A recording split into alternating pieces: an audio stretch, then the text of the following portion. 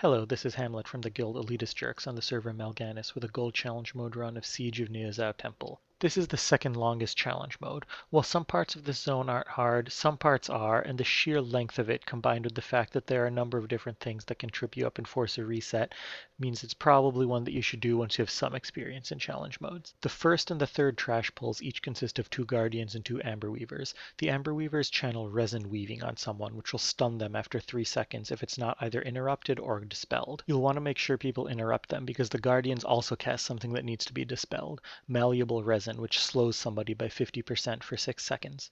The guardians can also put up a protective shield that reduces damage by 90%, so you'll have to move targets out of it.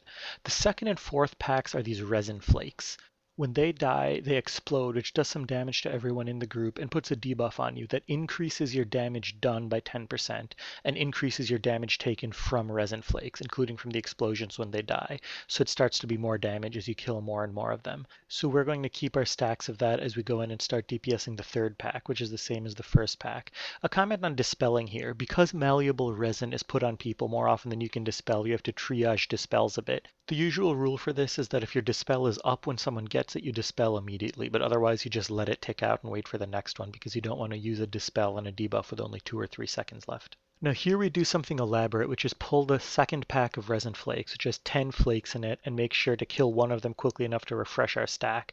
Now this means that the tank is already taking increased damage from resin flakes, and the group is taking a lot of increased damage from resin flake explosions each time they die. So if they just killed the last few simultaneously once we were above 10 stacks or so, everyone would just instantly die. Instead, people use defensive cooldowns, and I channel a Tranquility while they kill the last few one at a time to make sure we safely get up to 16 stacks, and then we immediately pull the boss with 160% increased damage.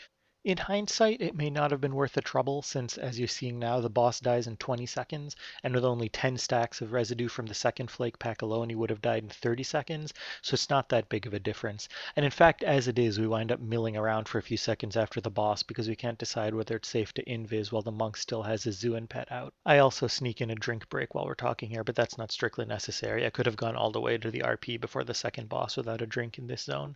We use the invis pot to skip only 2 packs. This clump of 8 resin flakes just outside the boss's room and a pack of 3 mantids a few yards beyond it.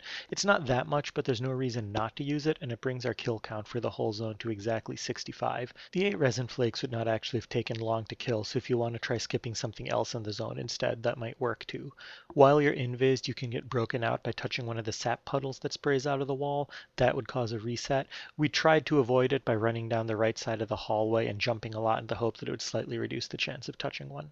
When we pop out of invis near the end of the narrow hallway, there's a pack of 5 resin flakes that's easy to kill while we're moving down this empty stretch towards another identical clump of 4 mantids to what we've already fought. We thought about using invis to skip some mobs higher up here on this path, but a problem is that the final pack of flakes is right next to the amber door, and you drop out of invis and aggro them while you're opening it.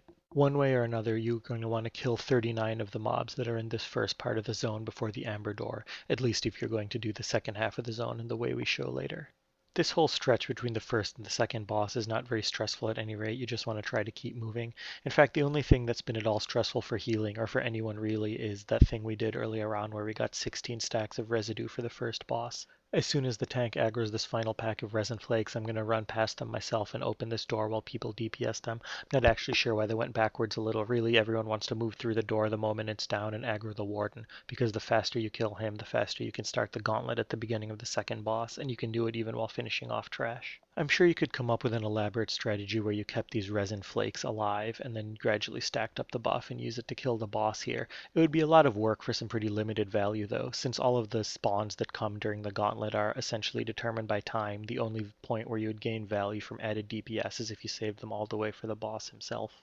The RP that comes after the warden dies is an easy time to drink up. You probably should have been able to make it this far in the zone without needing to so far. Pretty much the whole goal of the next 3 minutes is going to be to advance through the scripts and RP as fast as possible. It's one of the reasons this is an odd challenge mode. It's actually kind of easy and slow, and there's nothing you can do about it. The moment the NPC gives his taste of their own medicine line, you can talk to him in order to start the gauntlet. During the gauntlet itself, the only way you can advance him more quickly is by ringing the gong that you'll see behind me in a minute. Each time a wave of ads is finished spawning, which actually means it's going to be nearly dead because the DPS is waiting right there to pick them up at the stairs, you can run back and click the gong to start the next one. So you want to be ready to do it as soon as it becomes available every time. So I wind up having 3 jobs here for the next couple minutes. The first is standing at the very edge here and keeping hots on the tank. If you weren't a paladin, I'd probably have to watch him a little more, but I think it's going to be pretty easy at any rate.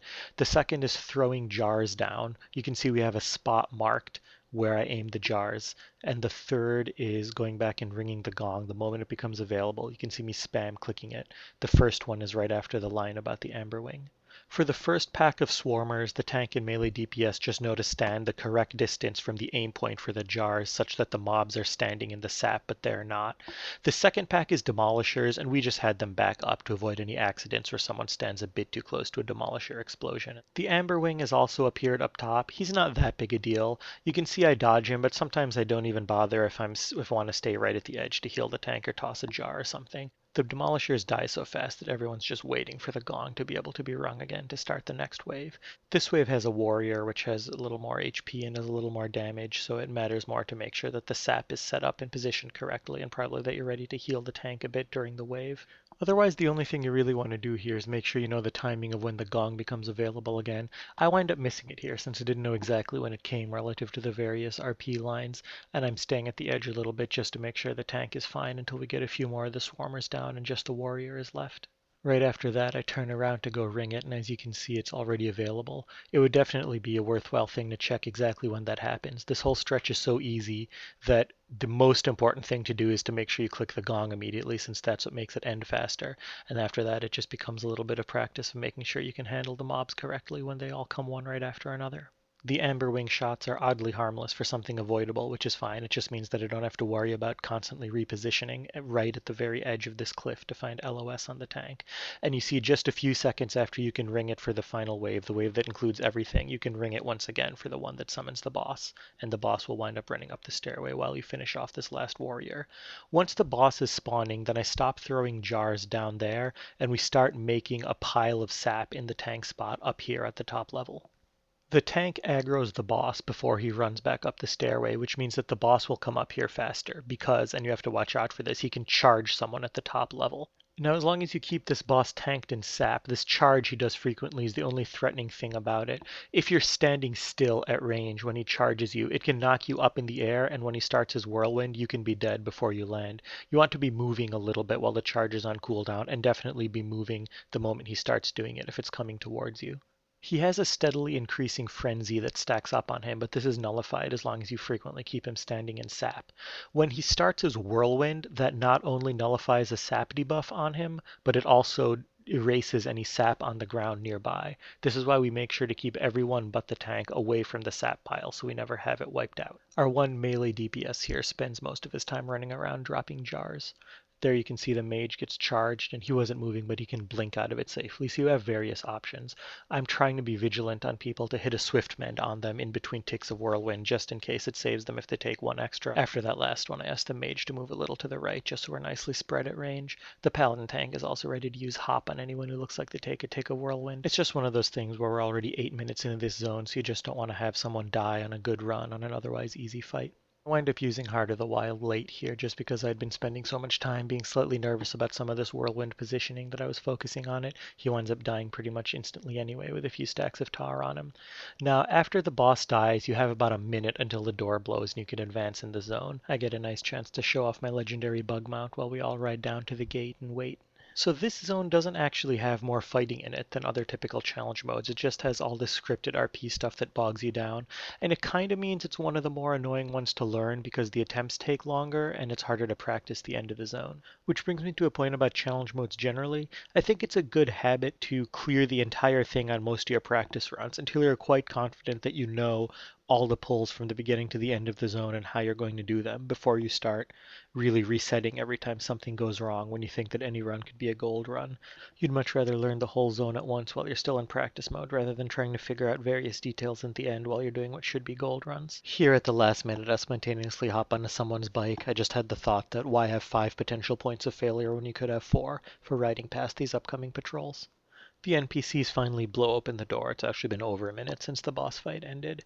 There's a static pull right in front of the door that you have to go around to the left of, and you can either wait on the near side of this tree and pass on the near side of that patrol of 3 mantids, or if they're right in front of you, you could go around the tree and around the other side of them. Just make sure the group's coordinated. Tauren on tall mounts sometimes have to dismount to get under that branch. After you're on the other side of it, it's easy to just ride straight up to the boss.